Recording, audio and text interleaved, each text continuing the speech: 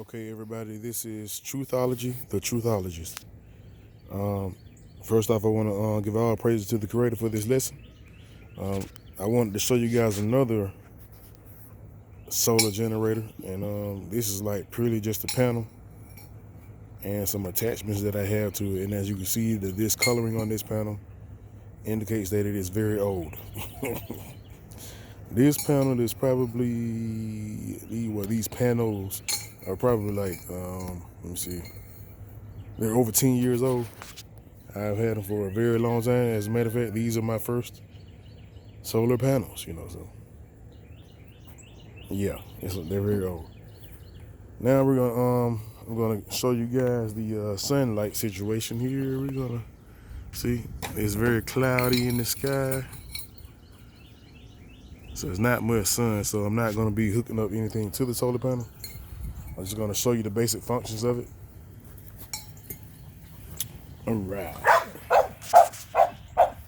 Okay, so first off, I have my DIY waterproofing here. It's just Ziploc bags and stuff like that. As you can see, I'm behind the solar panel. I have this little cut out of whatever you call this metal stuff to hold it up in the ground. Like it's just an anchor point to keep it sitting up and facing the sun. Son, come hold the camera. Yeah, I'm trying to do this stuff one-handed, but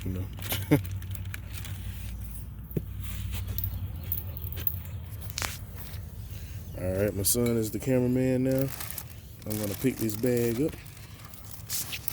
I'm gonna take the contents out of it.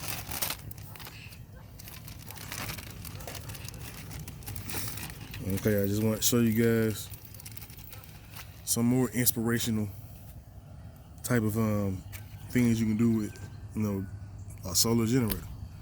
Okay, if you look in closely, you can see the voltage. This is a amp meter. It's supposedly 200 amps peak, but I don't know. I'm just assuming that it's just 100 amps, judging by the thickness of the wires, Okay, so basically what I did, I ran all these panels in parallel, so that ran all of them to a thicker wire. I ran them with the thicker wire to these wire connectors or terminal connectors, and I ran them to this amp meter, which is going to show us our amps. We're not pulling any amps right now. Son, you can't focus. Okay, tap the screen. It should focus. All right. Yeah, like that. Okay. All right, so my son got the camera all up on. I can't even see what I'm looking at. But it says 0 amps, 19.8 volts. It's producing let me see, 57 amp hours at the moment, or 4 watt hours, and it even tells the watts over here, the watts that you're pulling.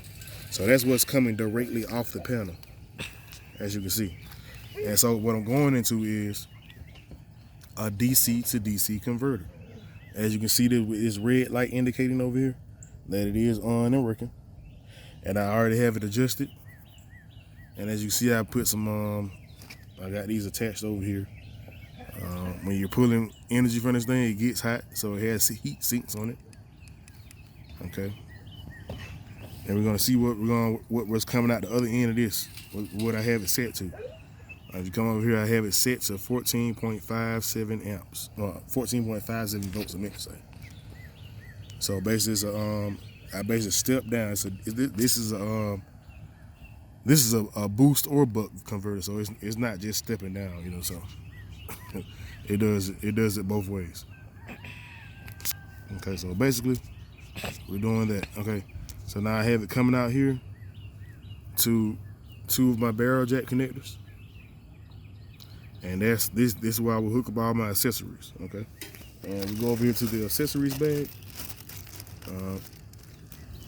I could make more accessories. It's just pretty much what you imagine you need to do with it. If you just want a super duper panel, this is it.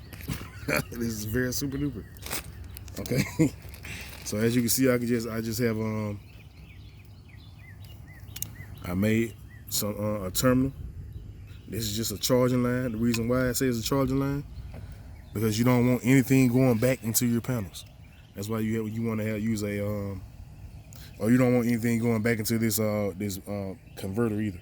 But anyway, this is a blocking diode, so it makes sure the direction only goes one way, and that's out.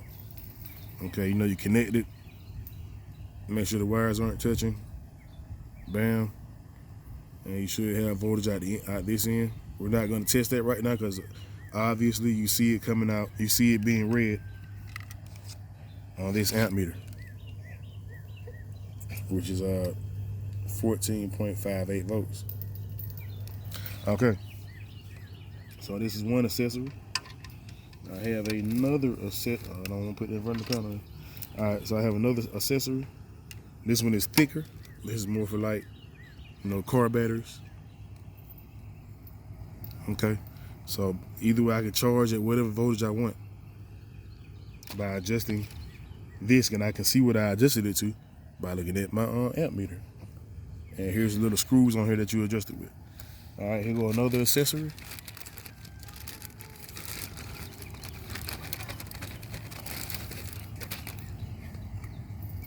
All right, let me put that one down. All right, this is another accessory that I made. It's basically like I put a barrel jack connector on it and put a cigarette lighter port on it. So, will I be trying to use a cigarette lighter with this? No, but I mean, it's good for charging stuff. If you have like a phone, you want to hook up to this, because you are running directly from the panel. It's only so much amperage a panel can put out. Also, I have another accessory that I made. This is a USB. This is a 5 amp USB. So it's going to basically convert. Let me show you. I'm going to plug it up to any one of these barrel jack connectors. See, the red light is on. You don't have to adjust this one because this buck converter is already pre-programmed basically, and this produces 5 amps, and you can also hardwire some 5 amp accessories to this.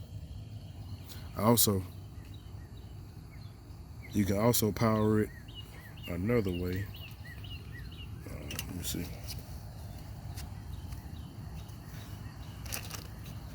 Also, just in case I wanted to hook it up directly to a car battery, I could just go back to this other accessory that I have. Notice I have this shunt, this blocking diode to keep it from back feeding back into the device. I can just plug it up right here. There's another input right here. I gotta run off just a car battery or something like that, and you have a very powerful USB port. 5 amps is overkill, for any USB device. So guys, I just wanted to show you that, and you see it's working with the sun being blocked. It's very cloudy. It just got through raining. Give me 1 second. Hold on, son.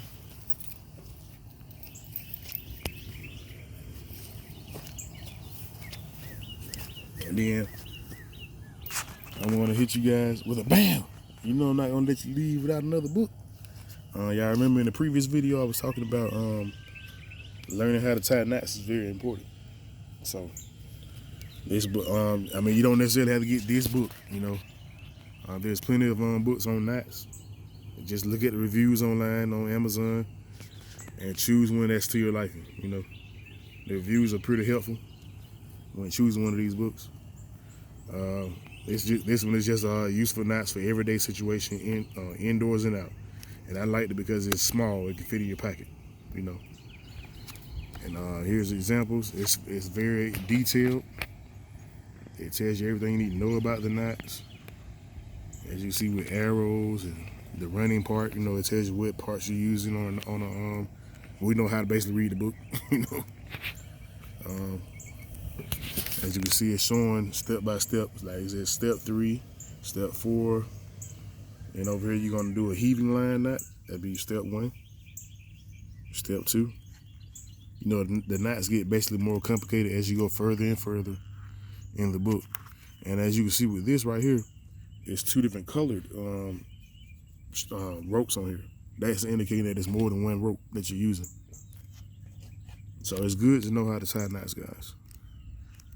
That's like the most essential skill that you can ever have outdoors, basically. You know, other than knowing how to use a knife